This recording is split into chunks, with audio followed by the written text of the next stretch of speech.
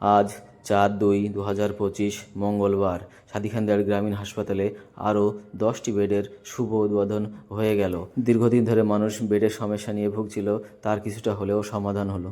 উদ্বোধনী অনুষ্ঠানে উপস্থিত ছিলেন সাদিখান্দার গ্রামীণ হাসপাতালের বিএমওই স্যার, সঙ্গে ছিলেন ব্লক উন্নয়ন আধিকারিক এবং বিধানসভার মাননীয় বিধায়ক ও সঙ্গে ছিলেন পঞ্চায়েত সমিতির সভাপতি। স্নানাগারের ব্যবস্থা করা রয়েছে, আলাদা করে বেসিন রয়েছে এবং আপনি বুঝতে পারছেন যে টাইলস বসানো আছে।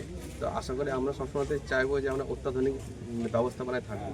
আজকে যদি আমরা কোনো একটা হাই সেট আপে যাই তো তখন আমাদের মনে হয় যে এগুলো কেন আমরা পাচ্ছি না।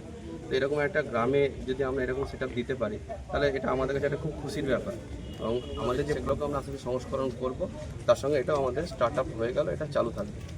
কেমন লাগছে?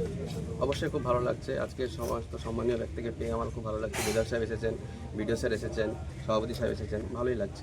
ঠিক। সবথেকে বড় বিষয় হলো মানুষের স্বাস্থ্যই হলো, স্বাস্থ্য ঠিক থাকলে সব ঠিক। তার জন্যে স্বাস্থ্যর জন্যে ঠিক রাখার জন্য আমরা যে 10 বেডের মানে আরও একটা নতুন জায়গা আমরা উদ্বোধন করতে পারলাম আজকে, তার জন্য আমরা ধন্য অনেক।